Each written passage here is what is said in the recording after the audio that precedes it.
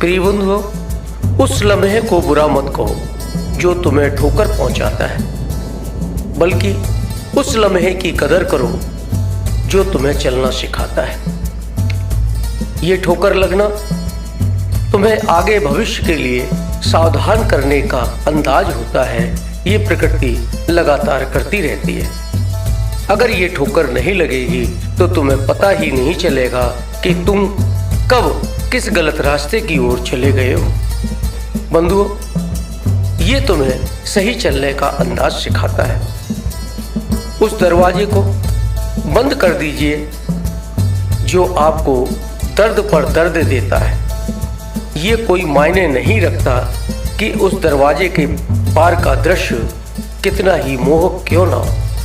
कहने का तात्पर्य बंधुओं ये है कि आपका नज़दीकी कितना ही नज़दीकी क्यों ना हो, जो आपका अपमान करता हो, जो आपके मन को लगातार ठेस पहुंचाता हो, आपके सम्मान में कुछ गलत शब्द का इस्तेमाल करता हो, ऐसे लोगों के लिए हमेशा के लिए दरवाज़ा बंद कर दीजिए।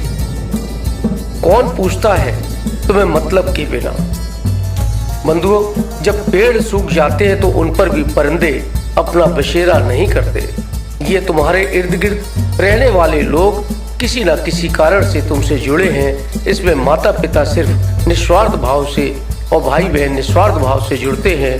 बाकी कुछ ही ऐसे मित्र होते हैं जो निस्वार्थ भाव से जुड़ते हैं। बाकी सभी के सभी किसी न किसी कारण को, तथ्य को लेकर के जुड़ते हैं। हमेशा याद रखना, तुम्हें परमात्मा ने ऊंचे स्थान पर बैठाने के लिए योजना बना रखी है। बस तुम्हें हमेशा ब्रह्मांड की शक्तियों पर और अपने आप की शक्तियों पर भरोसा रखना है। अपने माता पिता पर भरोसा करो जिन्होंने तुम्हारे चेहरे पर एक मुस्कुराहट देखने के लिए अपनी मुस्कुराहटों को कम कर दिया।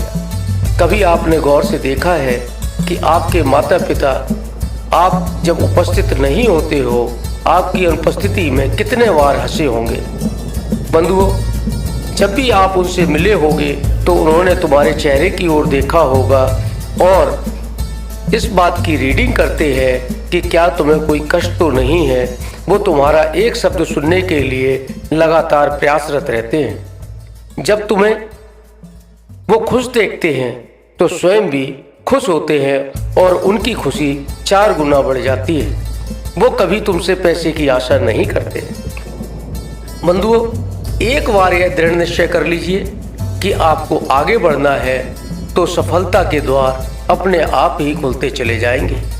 हो सकता है आपकी गलतियों से आरंभ में कुछ कठिनाइयां आए, परंतु यदि आपके इरादे बुलंद हैं तो आपके मार्ग से कठिनाइयां खुद ब खुद हटती चली जाएंगी और सफलता के द्वार अपने आप खुलते चले जाएंगे। इस संसार में आपने सुना होगा, देखा भी होगा, बहुत से व्यक्ति और परिवार हैं जो शून्य से चले थे और आज उनके पास इतनी संपत्तियां हैं कि अंकों की कमी पड़ जाती है। वो खुद भी भूल जाते हैं। कितने ही अकाउंटेंट्स होते हैं जो ये बतलाते हैं आपके पास इतनी संपत्ति इस जगह पर है।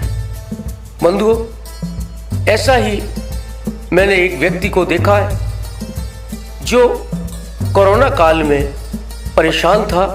सब कुछ नष्ट हो गया, उसका व्यापार नष्ट हो गया, लेकिन उसने हार नहीं मानी।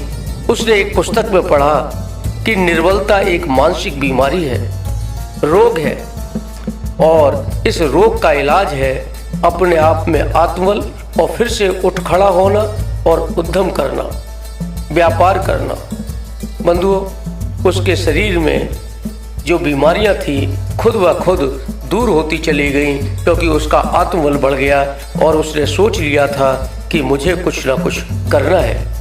और देखते ही देखते उसमें क्रांतिकारी परिवर्तन हुआ और वो पहले से अधिक संपत्ति के मालिक बने। बंधुओं, ऐसे ही तुम्हारे चेहरे की मुस्कुराहट है।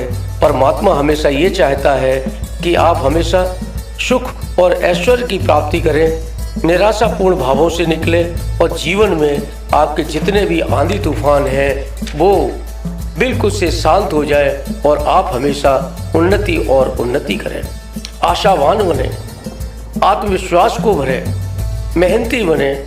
आपका कोई कुछ नहीं बिगाड़ सकता। आप पहले से ही धनवान थे, आपके पास में सब कुछ था, आपका परिवार था। पैसे ही धनवान की पहचान नहीं होती। पैसे तो बहुत से लोगों के पास है, लेकिन उनका आत्मिक कष्ट और पारिवारिक कष्ट आपसे कहीं गुना अधिक है। जरा गौर से देखना। इसका मतलब आप सुखी हो, संपन्न हो और आप अधिक धनी हो। अंत में मेरे साथ सिद्ध मंत्र अवश्य बोले। जय श्री राधे, जय श्री राधे। परमात्मा सभी बंधु बांधवों का भला करे।